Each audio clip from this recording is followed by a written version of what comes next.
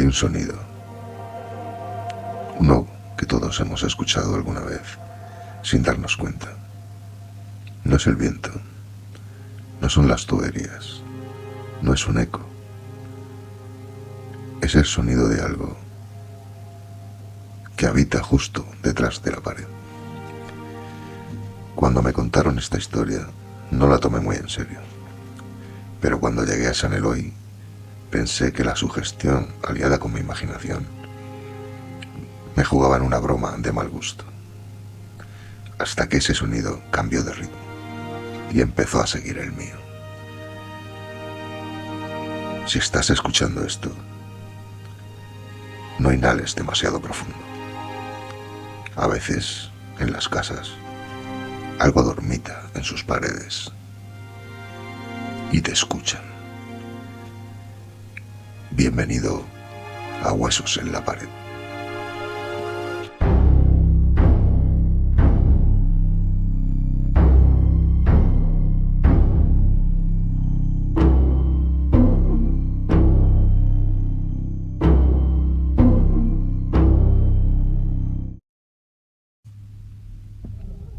Capítulo 1.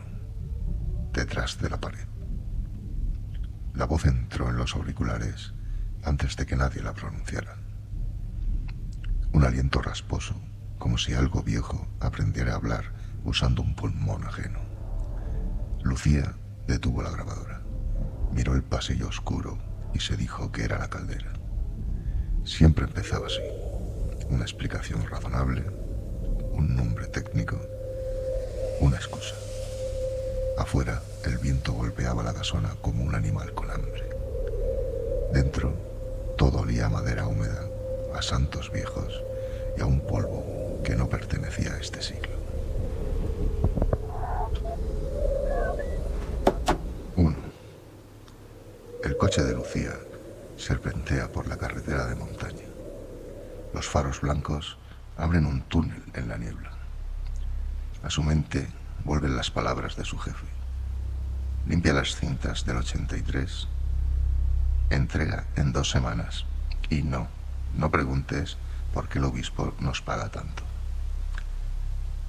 En sus dedos manchados de nicotina sostiene una carta con el sello de la diócesis. Casa San Eloy, kilómetro 14, pórtico cerrado. No abra después del Ángelus. Lucía sonríe. No cree en puertas que se deban cerrar por mandato de campana. 2. Don Mateo, celador de la finca, emerge de la penumbra del porche con una linterna que tiembla como si fuera una vela. Tiene la voz nerviosa de quien lleva años hablando solo. Le he preparado el cuarto del norte, le dice. Viene viento sucio del mar. No ponga música alta. Aquí las paredes, se toca el oído, guardan rencor. Lucía anota mentalmente la frase, sin alzar la ceja. Sabe que la superstición de otros es la gasolina de su trabajo. 3. Don Mateo acompaña a Lucía a la sala de cintas. La cerradura cede con un crujido viscoso. La sala es un rectángulo sin ventanas y estanterías hasta el techo. Cintas de carrete, cassettes sin etiqueta, un magnetófono Nagra dormido como un perro viejo en la mesa. En la pared, un crucifijo de madera tallada mira ligeramente ladeado, como si prestara atención. Junto al magnetófono, una caja de archivo. 1983. Caso San Eloy. Sor Águeda. Lucía se pone los guantes, equilibra el brillo de la lámpara, acaricia la cinta con la paciencia de una restauradora. Ama ese preludio. Electricidad, polvo, ritual. Le da el play. 4. El sonido limpio al principio. El raspado de una silla. La tos de alguien alejado del micro. El murmullo de una oración en latín. Luego una voz de niña, dulce, normal. No quiero irme, madre. El latín gana vigor. El aire se siente más frío. La voz de la niña se dobla.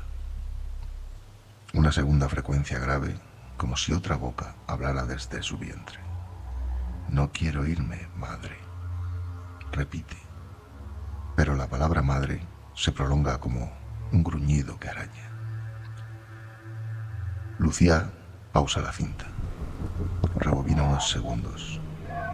Presiona play. La segunda vez, la voz pronuncia su nombre. Pero no Lucía, no la forma común. Dice Luz. El apodo que solo su padre usaba cuando bebía demasiado y prometía cambiar. Luz. Sale de la cinta. Lucía se quita los auriculares con una exhalación sin aire. Mira alrededor. Un escalofrío recorre su espalda. Siente que no está sola.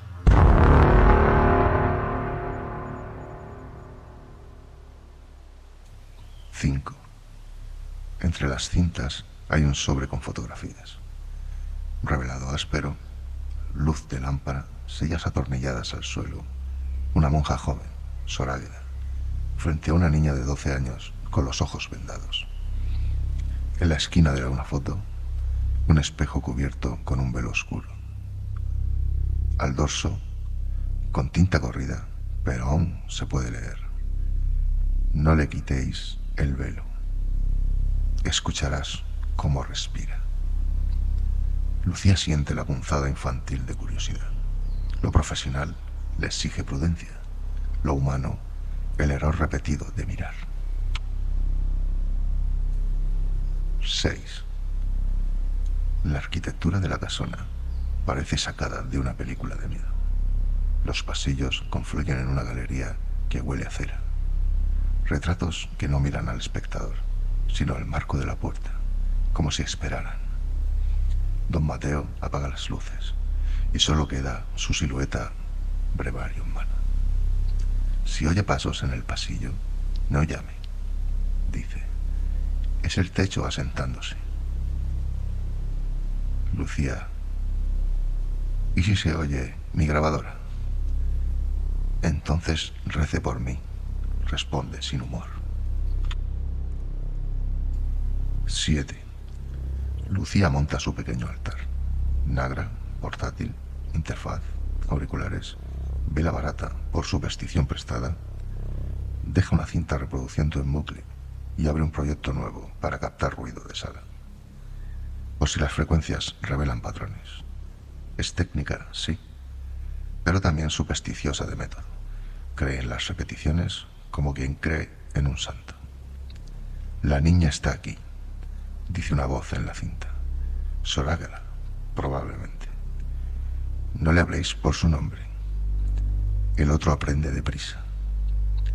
Lucía baja el volumen.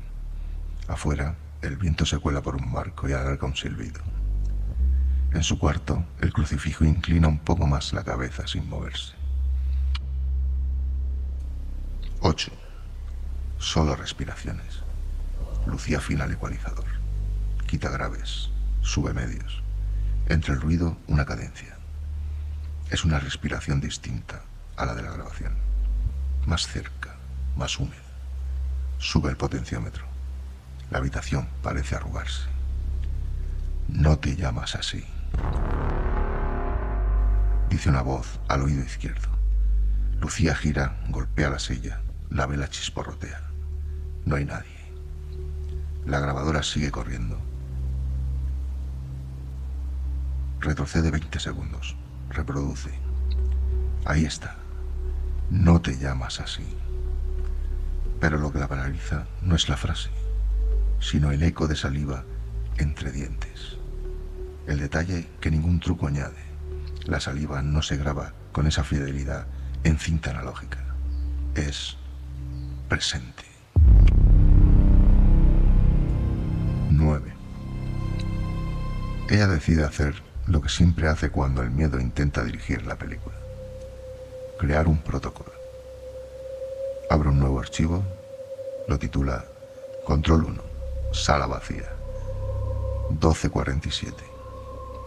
Deja el micro omnidireccional, sale del cuarto, cierra la puerta y marca con un trozo de cinta adhesiva el ángulo exacto.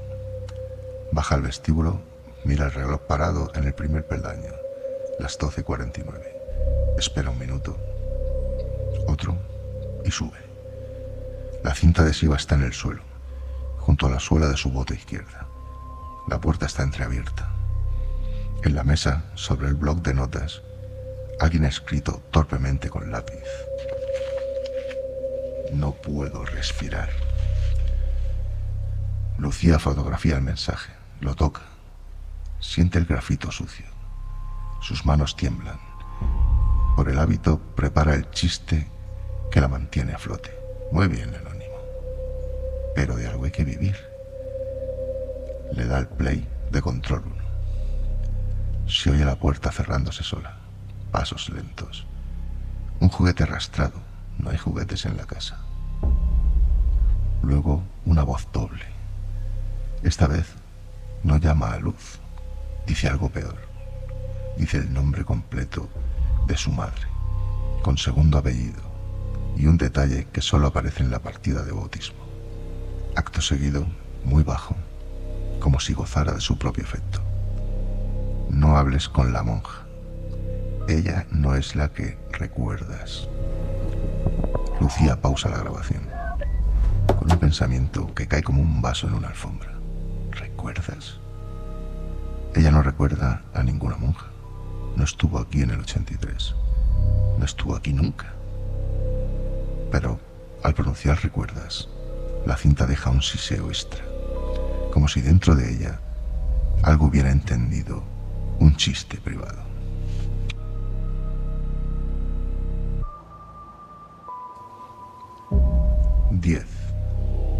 Se lleva las cintas y la vela a su cuarto.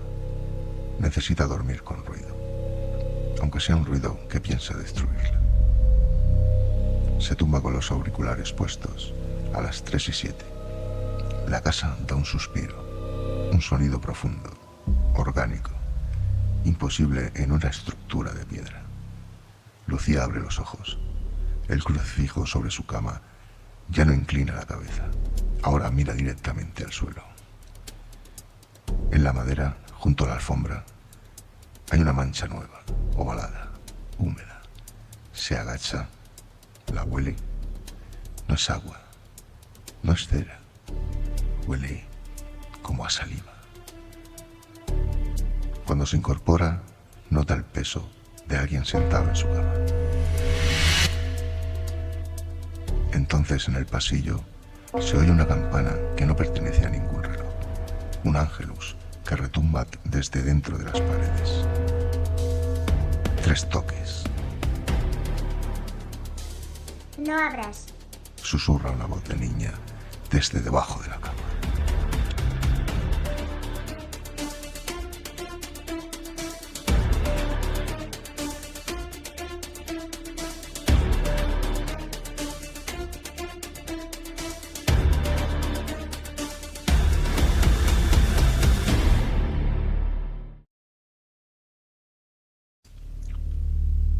Capítulo 2. La voz.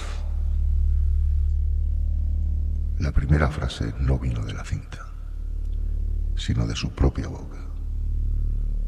Lucía despertó con la garganta áspera y sabor a yeso, y oyó, con una nitidez que no admitía duda, su voz diciendo: no abras. La habitación del norte olía a vela apagada. El crucifijo ya no miraba al suelo. Había regresado a su ángulo inicial, como si nada.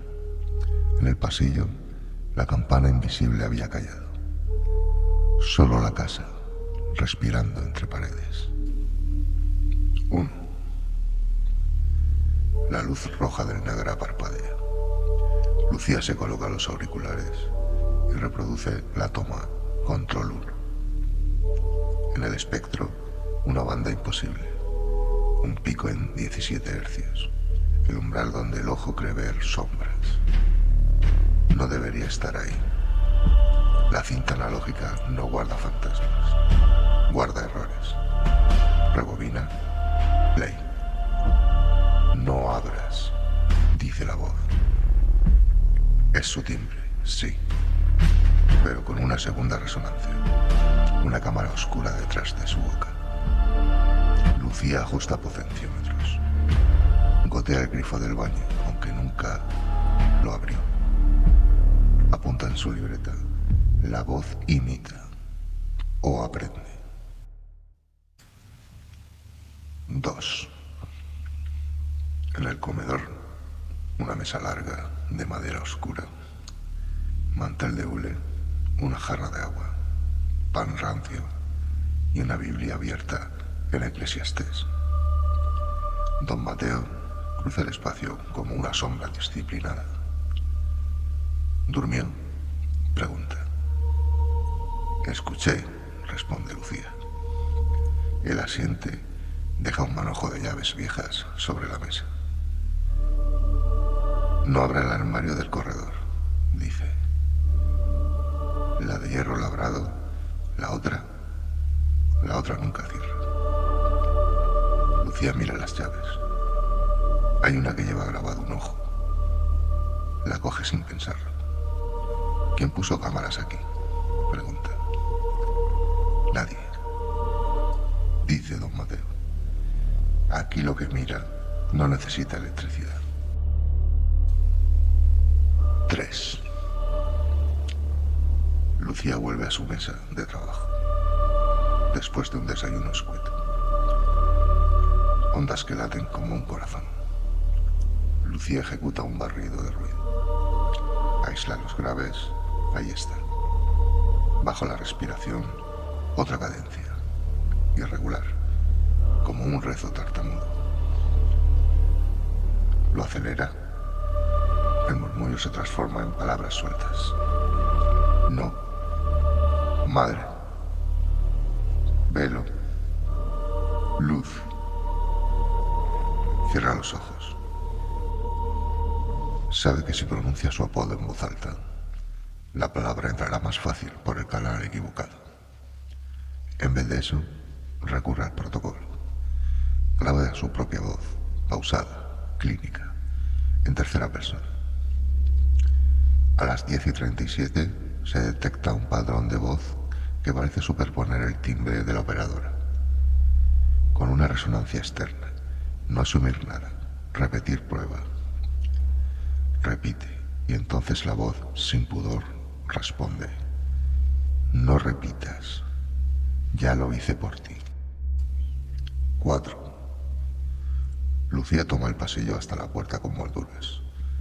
La llave del ojo encaja con un ruido limpio, casi satisfecho. Entra en la habitación, sin ventanas, con olor a alcanfor y metal. En el centro, un espejo alto cubierto con un velo negro, igual que el de la foto. Al borde del cristal presenta melladuras, como si alguien lo hubiera mordido. Lucía lo rodea. Toma una foto con el móvil. Sin flash. La pantalla devuelve un negro perfecto. Pero al acercarse al tejido, escucha algo muy leve. Una sílaba enganchada en los hilos del velo. Lu. Hay un banco de madera frente al espejo, con 2 marcas de rodillas hundidas. A un lado, una vela consumida hasta su base y una cajita de música apagada. Intenta darle cuerda. Nada. No quites el velo, dice la voz, esta vez desde el techo, o desde el suelo, o desde su oído. Lucía, por primera vez, obedece. 5. Lucía vuelve a la sala de cintas. Decide tomar cartas en el asunto. Y dispone a probar una locura de idea. Coge el micrófono y, como quien interroga a un testigo, le pregunta: ¿quién eres? Pregunta profesional. Silencio. ¿Qué quieres? Silencio más tenso. ¿De dónde te conozco? Para la cinta, rebobina, suspira con indecisión antes de darle al play. Una risa breve, sin aire. Luego suena su padre, la misma tos, la misma manera de carraspear antes de mentir. No vuelvas tarde, dice la voz, con el timbre copiado con saña. Tu madre preguntó por ti. Lucía para la cinta. Se muerde el labio, nerviosa. La sangre tiene un gusto a hierro antiguo que la devuelve a un pasillo de colegio, al olor a limpiador barato y hostias de maíz. Entonces comprende. La voz no solo imita sonidos, saquea recuerdos para darles carne. En ese instante, un recuerdo salta de su memoria. Lucía, de 9 años, espera en un banco, con las piernas colgando, calcetines altos, un cuaderno con pegatinas. En el despacho, su madre discute con el párroco. Palabras como bebida, promesa, escándalo, perforan la puerta. La niña mira un cuadro, San Eloy, sosteniendo unas pinzas y entre ellas un trozo de oreja. El santo le sonríe sin compasión. Una monja joven se acerca con su hábito limpio y manos delgadas. ¿Te llamas Luz?, pregunta. No, dice la niña. Me llamo Lucía. A veces los nombres que nos ponen no son los nuestros, dice la monja, pero respiran por nosotros hasta que aprendemos a decirlos. La niña frunce el ceño. La monja le coloca un pañuelo rojo alrededor del cuello, como un lazo contra el frío. Guarda silencio cuando suena la campana. Añade, no abras si no te llaman por tu nombre verdadero. La campana distante del Ángelus. La niña aprieta el lazo. En el presente, Lucía siente en el cuello el fantasma de esa tela que ya no posee. 6. En la parte baja de una estantería, ve un sobre sin sello. Lo abre y en su interior un papel cebolla con letra inclinada. Sor Águeda, notas privadas. Lucía lo despliega con cuidado. Las frases son precisas, clínicas, hasta que dejan de serlo. Día 3. La niña responde con 2 voces. Día 5. La segunda voz no repite, anticipa. Día 8. La segunda voz cantó una canción que jamás he oído, pero la recordé después. Día 12. La segunda voz pronunció mi pecado y me creyó su madre. Lucía busca la firma. No la hay. En el borde inferior, una huella dactilar torcida, como si el dedo hubiera querido escribir más. En la esquina, un símbolo sencillo, un círculo con 3 golpes de campana. 7. Lucía decide ponerle límites al horror, como quien dibuja una jaula alrededor de un incendio. Coloca un micrófono direccional frente al velo del espejo, otro sobre la mesa, y deja una tercera entrada abierta en el pasillo. Vas a hablar, dice, y su tono tiene ese filo que solo le sale cuando no hay nadie más. Silencio. Hablas o te quedas en el vidrio, sola. Las velas tiemblan aunque no hay corriente de aire. Sola, repite la voz, como probando la textura de la palabra. Sola no, nunca. Lucía inspira, mantiene la respiración y por un impulso que no reconoce como suyo pronuncia: te doy un nombre si me das el tuyo. Una pequeña risa vieja. No me das, me devuelves. Su visión periférica capta una sombra que pasa detrás de él. No se gira. ¿Dónde aprendiste mi voz? En tus paredes, responde. ¿Cuáles? Todas. ¿Qué quieres? Respirar. Ya respiras. Pero por mí. Corrige. No por ti. Lucía traga saliva. Sabe que ha cometido un error. Usar el pronombre equivocado es abrir una ventana. Cambia el paso. Y Sora queda. Silencio, como si la casa hubiera tragado su propia lengua. Luego, en un murmullo que raspa, no la llames monja, llama a tu madre. La palabra madre le pica en la cabeza, como si alguien estrujara sus recuerdos. 8. Lucía vuelve a la sala del espejo con la cámara en mano. El velo parece respirar por sí mismo. Tira de la cuerda apenas lo justo para que la luz toque el borde del cristal. En el auricular suenan 2 pasos que no son los suyos. No abras, dice la voz dulce. Di tu nombre, responde Lucía. Te lo dije cuando eras niña. El espejo bajo el velo produce un sonido de agua. Lucía ve, por un instante, una esquina de reflejo. No devuelve su rostro. Devuelve la habitación del norte, vacía, sin cama, sin crucifijo, como si el pasado se hubiera tragado el mobiliario. El velo vibra, la cuerda se afloja sola, y aún así no cae. En la mesa, la cajita de música gira sin cuerda y suelta 3 notas rotas.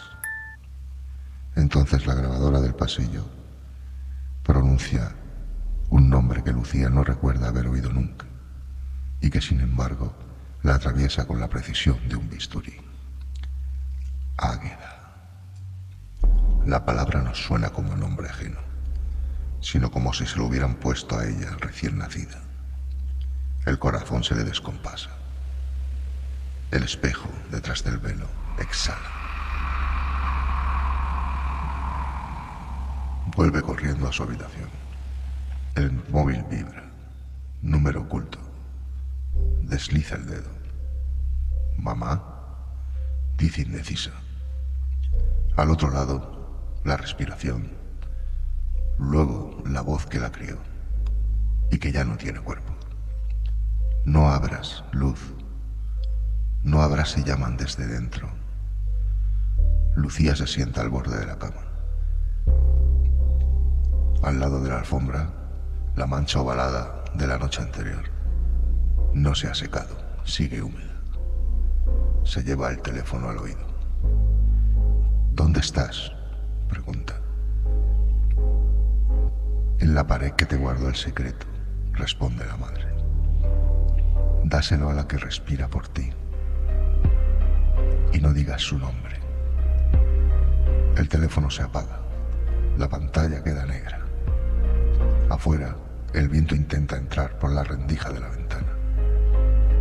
En el interior, la casa reúne aire para una campanada que no suena en el reloj, sino en el pecho de Lucía. 3 toques. En el pasillo, la llave del ojo gira sola y la puerta del armario del corredor, la de hierro labrado, la que no debería abrir, se abre sin ruido.